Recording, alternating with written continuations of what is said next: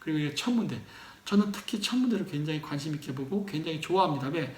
천문대가 있다는 것은 그 나라는 천자 국가라는 개념도 있고 그리고 선진국이라는 의미입니다. 왜? 천문 기술은 아무나 가질 수 있는 기술이 아니었거든요.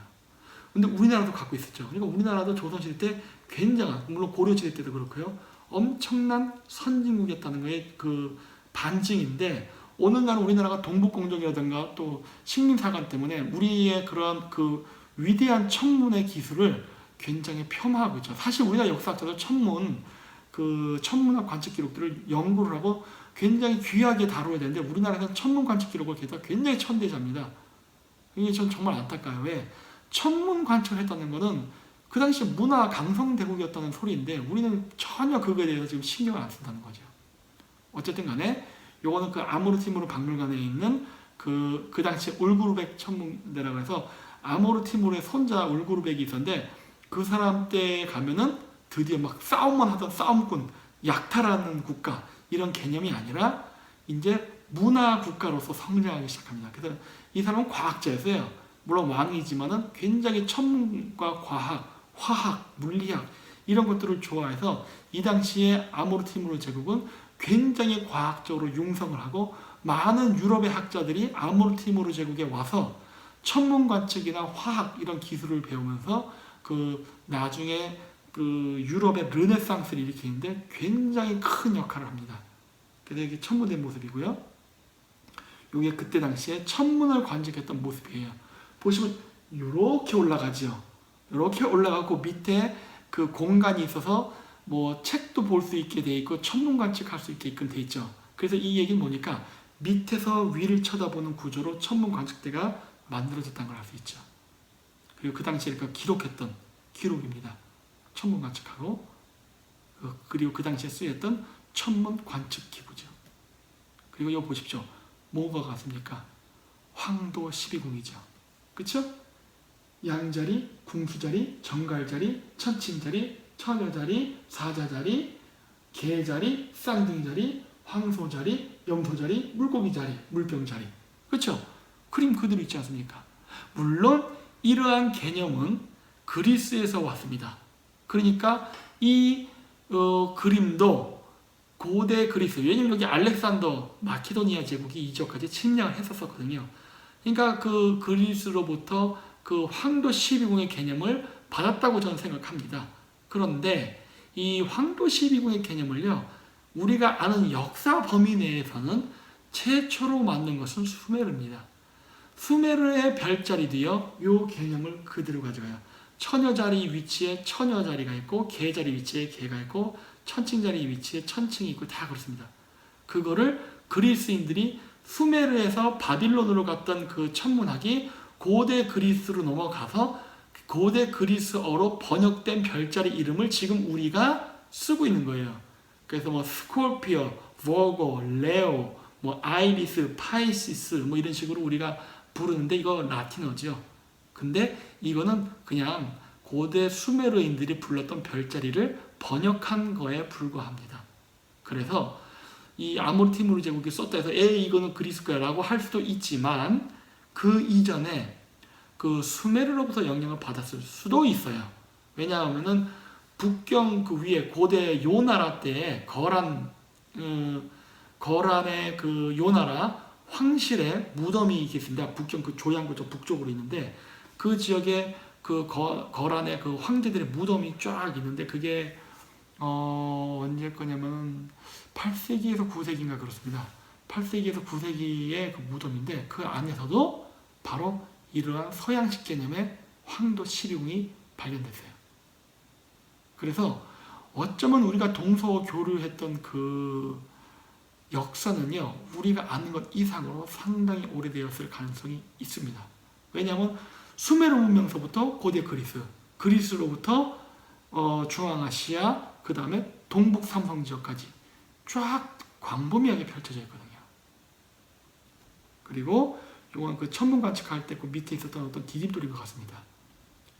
요거는 그때 썼던 관측 기구. 그리고 요거는 제가 이제 그때 당시에 요 간격이 있어요. 그래서 이 간격이 어떤 특별한 의미를 가지나 싶어서 제가 한번 측정을 했다고 해요. 간격을. 혹시 이게 센치나 인치나 어떤 다른 그 간격과 상관관계가 있나라고 봤는데 모르겠습니다. 못 찾았어요, 제가. 어쨌든 참고만 했습니다. 그리고 요게 아까 얘기했던 천문 관측대 그 보는 구멍인데 이건 위에서 아래로 내려다본 거예요. 원래 관측은 저 밑에서 위로 하는 겁니다. 근데 여기 구멍이 뚫렸잖아요. 그래서 전 저쪽 구멍 뚫린 방향이 북쪽 방향인 줄 알았어요. 그래서 이 나침판을 이렇게 측정을 해보니까 저희가 남쪽 방향이더라고요. 우리가 천문 관측을 할 때요, 남쪽 방향을 바라보면서 천문 관측하지 않습니다. 왜?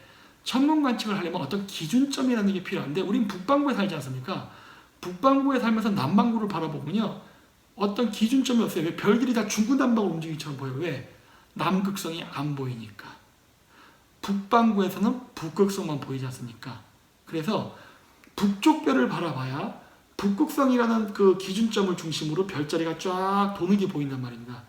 그렇기 때문에 북쪽을 바라보면서 천문 관측을 하는 거예요. 그래서 제가 사진을 찍은 이 방향이 북쪽이에요. 그러니까 이렇게 반대로 돌아보고 이렇게 보는 거죠. 그랬을 때 거기가 정북방향이었습니다. 그래서 북쪽 방향을 바라보면서 천문 관측을 했죠. 이렇게. 저 밑에예요. 저 밑에서부터 위로 바라보는 거예요. 저 구멍은 남쪽 방향입니다. 그러니까 저쪽을 바라보고 천문 관측하는 게 아니에요. 저쪽에서 제가 카메라 찍고 있는 방향 쪽을 보면서. 그래서 여기가 바로 지금은 이렇게 집 모양으로 되어 있어요. 그래서 저 입구 쪽으로 해서 바깥쪽에서 보는 거예요. 그래서 원래 모양은 이렇게 되어 있었죠. 그래서 이 바깥으로 이렇게 보게끔 해서 별자리를 보면서 천문 관측을 했던 겁니다. 그리고 이 모습, 그 건너편에 있는. 자, 그리고 이제 카라반 사라이. 카라반이라는 것은 대상입니다. 낙타 타고 다니는 무역상들. 사라이라는 말은 궁전이에요. 그러니까 대상 궁전이라는 말이지만 그냥 오늘날 말로 하면은 여관 혹은 몽골식 말로 역참이네, 역참. 이렇게 이동하면서 쉴 수 있는 민박집이었어요. 그래서 이게 뭐냐면은 우물이에요. 항상 이 실크로드는 사막지대다 보니까 물이 중요합니다. 그래서 카라반 사라이, 즉 이 지역에 가면은 항상 이렇게 우물이 있는 지역에 이렇게 집을 만들어놨어요. 여기도 자유롭게 그 물을 떠갈 수 있게. 여기 입구거든요. 이렇게 내려가면 여기 물이 이렇게 있습니다. 물 보이세요? 이렇게. 지금도 이렇게 물이 있습니다. 뭐 이제 오늘날은 이 우물을 쓰진 않죠. 하지만 과거에는 이 물을 그 대상들이 이동해서 마시는 그 식용용으로 썼습니다. 그래서 유적이 아직도 남아 있어요. 그 건너편에 가면 이렇게 그 대상들이 낙타를 이렇게 집어넣고 쉴 수 있는 숙소가 있어요. 이런 이 카라반 사라이는요, 우즈베키스탄에만 있는 게 아니라 키르기스탄, 카자흐스탄, 이 실크로를 따라 쫙 신장 위구르 자치까지 전부 다 있습니다. 네, 여러 군데 있어요. 네, 이렇게 있고, 그리고 이 안에 보면 여기 뭐냐면 이게 바로 옛날 때 보도블록을 깔았다는 흔적이에요. 고속도로를 깔았다는 겁니다. 뭐 오늘날처럼 이게 아스팔트를 깐 게 아니라 그 혹시 이태리 로마 가시면 관광하셨을 때 로마도 안에 가면 이렇게 돌을 박아갖고 도로 만드는 거 있어요. 로마 제국 때 만드는 거 지금도 있죠. 그런 것처럼 이 중앙아시아도 바닥에 돌을 깔아가지고 도로를 만들었어요. 도시 안에다. 여기가 아니라 제가 나중에 그 부하라나 히바 그 중세 도시도 제가 보여드릴 텐데 거기도 가면 안에를요 전부 블록을 해서 도로를 쫙 깔아놓은 모습을 볼 수 있습니다. 놀랍죠. 옛날 때 그런 걸 했었어요. 그래서 이게 그 안쪽에 전경입니다. 그 안에 들어가면은 이렇게 보여요. 지금은 건물이 없죠. 밑에 기반 터전만 남아있는데 옛날 때 이 지역에 낙타를 이렇게 집어넣는 그 마구간, 그리고 대상들이 쉬는 숙소, 여러 유적들이 이 지역에 분포되어 있었습니다. 쭉 전경을 보이죠? 꽤 큰 규모였어요, 옛날 때. 여기도. 자, 그랬는데, 이렇게 구획이 정해져 있죠. 그래서 여기서 이제 쉴 수 있고, 뭐 밥도 해 먹고, 여러 가지 뭐 물건도 거래할 수 있고, 이런 것들을 할 수 있는 공간들이 마련되어 있었죠. 그리고 요거는 더 안쪽에 들어가면은, 요런 팔각 재단이 있습니다. 재단. 이거를 제가 뭐냐고 이렇게 물어봤더니, 이거를 공연할 때 쓰는 무대라고 하는데, 이거 물론 그렇게도 썼을 가능성이 전 있다라고 봅니다. 그런데 이거는 그 무대라기보다는요, 해시계의 역할과 그 다음에 그 대상들이 자기네들이 여기서 쉬고 그 다음 지역으로 가야 될 거 아닙니까? 그때 어떻게 가야 되는지 방향을 알 수 있게 해주는 그 천문관 측의 그 뭐랄까 장소가 아니었을까 저는 추측합니다. 왜 그러냐면요, 요거 이제 그 사진인데 제가 요 위에 올라가서 각을 재본 거예요. 제 스마트폰에 제가 확대합니다. 잘 보십시오. 이게 잘 보이실지 모르겠지만은 요 화면상으로도 보이네요. 0이라는 게 보이죠? 0도예요, 0도. 그러니까 제가 지금 이렇게 놓은 방향이 어디를 향하냐? 정북을 향한다는 겁니다. 이거 제가 그 키르기스탄 편에 브라나에 보면 팔각 그 무대가 있었죠? 거기서도 그게 정북을 향한다 했죠? 이 팔각재단은요, 천문관 측하고 매우 관계가 깊어요. 왜? 황도 12호와 관계가 있으니까. 그래서 그 천문대로도 관계가 있지만 재단하고도 관계가 있습니다. 우리나라 원구단도 팔각으로 지었지 않습니까? 그랬는데 여하튼 간에 이 지역은 뭐 지금 이 시대는 이슬람 국가였으니까 이제 더 이상 이제 제천을 지내는 그런 재단의 역할보다는 그 천문 관측을 하기 위한 장소였다고 해요. 왜 천문 관측을 해야 되느냐? 옛날 때 이 드넓은 사막을 동서로 무역 교류를 했는데 여러분들 같으시면 사막 한 군데서 예를 들어서 사마르칸트에서 알마티에서 카자흐스탄의 아스타나까지 가실 수 있겠습니까? 오늘날은 우리가 내비게이션이 있으니까 자동차 운전할 때 내비게이션 보면서 운전을 가지만 내비게이션이 없던 시대에는 과연 대상들이 어떻게 저 지평선 너머에 보이지도 않는 도시를 정확히 갈 수 있었을까요? 그거는 바로 천문 관측을 통해서 합니다. 여러분 어떻게 할 수 있을 것 같습니까? 예를 들어서 여기 A 지점에서 B 지점을 갈 때 어떻게 갈 수 있을까요? 뭐 제가 그때도 이번에 그 갔던 여행팀 분들한테 물어봤어요. 질문을 했습니다. 선생님 같은 경우에는 이 지점에 갈 때 그 어떻게 그 A에서 B 지점을 갈 수 있겠습니까? 걸어서. 그랬더니 밤하늘의 북극성을 보면 된다. 오케이, 그건 알겠어요. 북극성을 보면은 동서남북 방향은 알게 되는 거죠. 좋아. 북쪽 방향이 어딘지 알았어. 그러니까 동서남북 방향은 알았어. 자, 그러면은 그거 가지고 제가 가고자 하는 도시를 갈 수 있을까요? 못 가죠. 자, 예를 들어서 이 설명을 할게요. 그 예전에 제가 그 지구는 동그랗다라면서 했던 그 강의가 있습니다. 그런데 그 제목이 정확히 기억이 안 나지만 천문관측을 통해 지구가 뭐 구형인 거를 뭐 증명하는 뭐 이런 어떤 그런 제목이에요. 나중에 그 제 관련된 동영상을 보십시오. 뭐냐면은 이 북방구적에서 우리가 이 천문관측을 할 때요, 이 밤하늘에 이렇게 북극성을 보지 않습니까? 별이 떠 있을 때 그 북극성 별을 향해서 그 각도기죠. 각도기에다가 이렇게 바늘을 달아가지고 이렇게 쫙 봅니다. 그건 내가 북극성 별을 정확히 봤을 때 여기 각이 딱 나오겠죠? 몇 각에서 북극성이 딱 보인다는 각이, 그 각이 거의 우리가 서 있는 북위 몇 도와 유사합니다. 예를 들어서 서울 같은 경우는 북위 37.5도인가 그래요. 대략. 그런데 서울에서 북극성을 보면요, 거의 37.5도 각에서 북극성 별이 보입니다. 정확하진 않아요. 근데 약간의 오차가 있지만 그 정도에 보여요. 근데 제가 이 얘기를 왜 하느냐? 제가 타슈켄트, 여기 그 카라반사라이죠. 카라반사라이에 여기 보시면 써있지만은 북위 40도라고 돼 있어요. 40도 7분. 그러면 카라반사라이 이 지역에서 40도 7분이다. 이 북극성의 별을 봤을 때. 그랬을 때 서울이 37.5도 아닙니까? 그러면은 지금 제가 여기 있던 카라반사라이에서 한반도의 서울로 내가 어떤 양털을 팔고 싶어서 간다. 낙타와 함께 내비게이션 없이. 그럼 어떻게 하면 되는 겁니까? 일단 밤하늘의 북극성을 보면 동서남북을 알 수 있죠. 근데 사실 이건 낮에도 알 수 있어요. 왜? 이 팔각단 자체가 동서남북을 이미 측정을 해서 만들어 놓은 재단이거든요. 그러니까 너무 피곤해서 밤에 잠을 안 자가지고 너무 피곤해서 밤에 잠이 들어서 각 동서남북 방향을 측정하지 못하고 잠이 들어버렸는데 깼더니 해가 중체에 떴단 말이에요. 그럼 어떻게 방향을 합니까? 이미 만들어 놨잖아요. 만들어 놨기 때문에 이거 갖고 동서남북 방향은 알아요. 자, 그럼 이제 그러면 그 대상은 여기서 푹 쉰 다음에 서울로 어떻게 가면 됩니까? 일단 이 카라반사라이에서 서울은 동쪽에 있습니다. 그렇죠? 그러니까 동쪽 방향으로 가야 되는 건 일단 아는 거 아닙니까? 그러면 아침에 일어나서 동쪽 방향으로 쭉 가면 되는 거예요. 쭉 가서 뭐 한 번에 서울을 갈 수는 없죠. 그러니까 중간중간 쉬면서 가지 않습니까? 우리가 일반 버스처럼 직행버스가 아닌 이상은 그건 중간중간 쉬지 않습니까? 바로 그게 카라반사라이죠. 그러면 저는 서울로 가는 거를 한 번에 갈 수는 없으니까 중간중간 쉬는데 지금 카라반사라이에서 다음번 카라반사라이까지만 가면 돼요.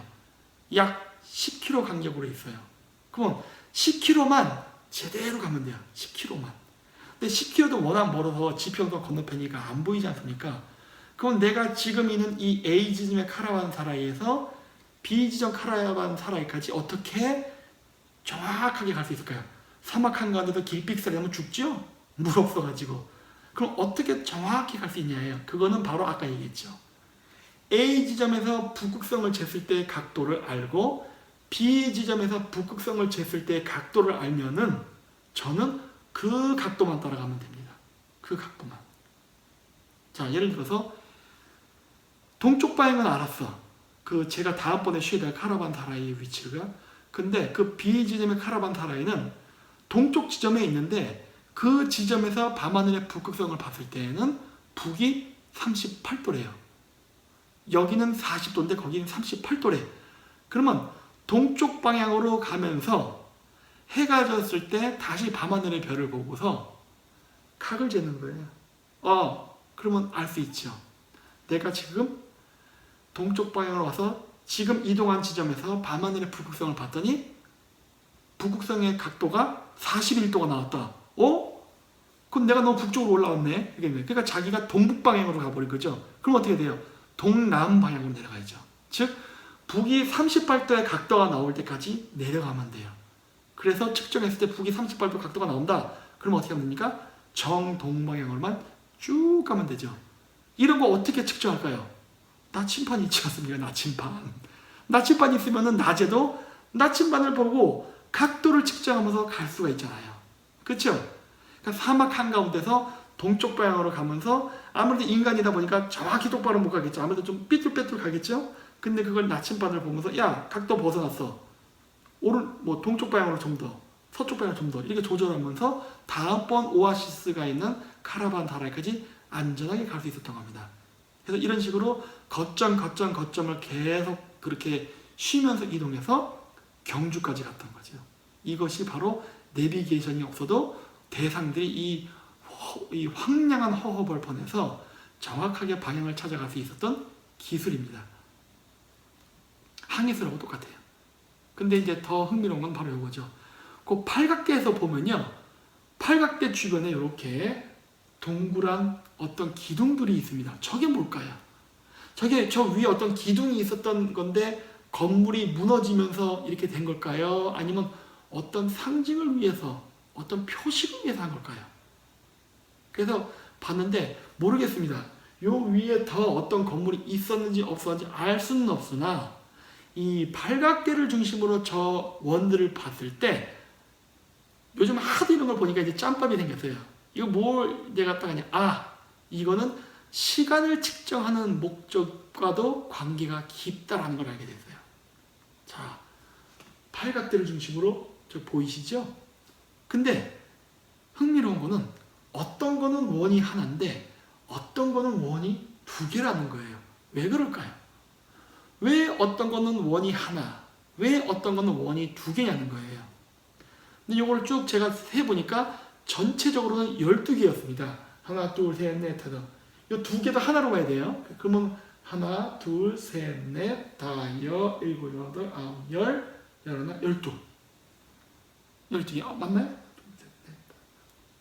12개 맞네. 12개가 있는 거예요. 그러면. 이건 황도 12궁인데. 황도 12궁과 관계가 있지만 무엇일까요? 여기 보면 여기 콤파스 나왔죠? 정북방향을 향하고 있어요. 무엇일까 했는데 제가 마침 그때 갔던 시기가 여기 그때 당시 찍었던 거예요. 여기 안 보이는구나. 제가 여기 카라반사라이를 갔던 때가 바로 오전 8시 49분이었어요. 그래서 태양이 떴는데 중천에 뜨지 않고 요 정도 떴을 때였어요. 그래서 딱 그걸 보고서 아하, 이게 태양이 뜨는 위치를 보여주고 있구나 라는 걸 알게 되고, 제가 천문 관측 프로그램으로 봤더니 요거는 제가 그 날짜에 찍은 태양이 일출할 때의 모습이에요. 시뮬레이션 그쪽 방향으로 해서 내가 찍은 거예요. 그랬더니 북동쪽에서 태양이 뜨는 걸로 보이더라고요. 날짜는 7월 3일입니다. 하지가 지났을 때죠. 북동쪽이에요. 자, 여기가 정동 방향이에요. 북동쪽이 어디입니까? 여기가 북동쪽이에요. 그래서 이걸 보고 태양이 뜬 위치가 북동쪽인데 이 방위각이 동서남북을 가리키고 있는데 여기에 있는 이 원은 태양이 뜨는 위치를 가르쳐주고 있네? 하는 걸 제가 찾은 거예요. 대박이죠. 모르겠어요. 이거를 지금 그 우즈베키스탄 역사학자들이 뭐라고 해석하는지는 전 모르겠습니다. 물론 제가 가이드한테 물어봤어요. 그냥 음악 공연하는 공연 극단이라 그 공연하는 그 장소라고 했는데 저는 그렇게 보지 않는 거예요. 아니 무슨 카라반 하는 이런 대상들에게 제일 중요한 건 방향인데 방향하고 관계 있잖아요. 시간, 물론 시간과 방향 동시에 보는 건데, 자, 그래서 제가 어떤 걸 알게 됐느냐, 북동쪽 방향에서 뜰 때, 저 때는 하지일 때일 겁니다. 하지. 가장 태양이 그 떠있는 낮의 시간이 길 때, 하지 때는 저쪽에서 떠서 태양이 이렇게 와서 서쪽 방에서 해가 지는 거죠. 여기가 남이거든요. 태양이 최고적으로 높이 떴을 때죠. 이렇게 태양이 움직여서 이렇게 6월달, 7월달에는 여기서 뜨는 거죠. 떠서 여기서 지는 거죠. 8월달에는 여기 이렇게 떠서 이렇게. 9월달이 뭡니까? 추석이죠. 추분. 추분은 뭐예요? 밤과 낮의 길이가 같을 때죠. 그래서 정확히 여기서 떠서 여기서 집니다. 딱 이등분하죠.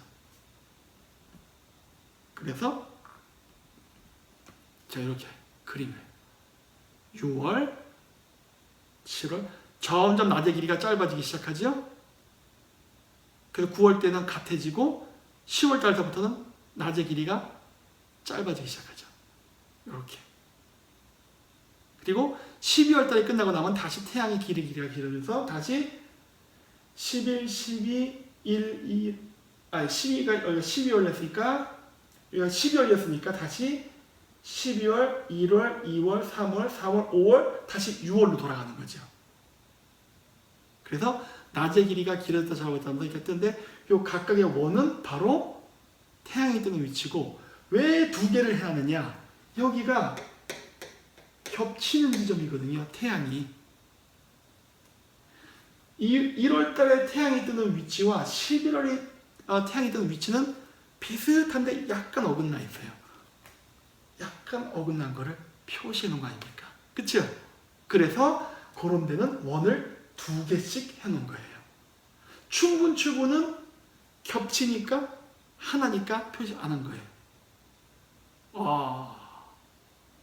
이거를 보고 대상들이 자기가 현재 와 있는 이 지역, 왜냐면 이게 오래 여행하잖아요. 옛날 때는 뭐 비행기 타고 하루 만에 가는 게 아니니까. 그러니까 자기가 이 지역에 왔을 때 이 지역에서 아침에 태양이 뜨는 위치를 보고 지금 자기가 몇 월 달인지를 알 수가 있는 거예요. 몇 월 달인지를. 대단하지 않습니까? 이 위치는요, 방향을 가르치는 거지만 이게 해시계의 역할을 하는 거예요. 아침에 태양을 뜨는 위치를 보고 지금 7월이구나, 지금 8월이구나, 이거를 알 수가 있는 거예요. 그래서 제가 이거를 발견했죠. 그래서 이걸 제가 발견하고 거의 가이드한테 얘기했더니 열심히 받아 적더라고요. 맞는 것 같아요. 막 그러고. 왜? 뭐 맞는 것 같아요. 맞아요. 이거는 맞아요. 아마도 고대의 대상들이 이 용도로 썼을 겁니다.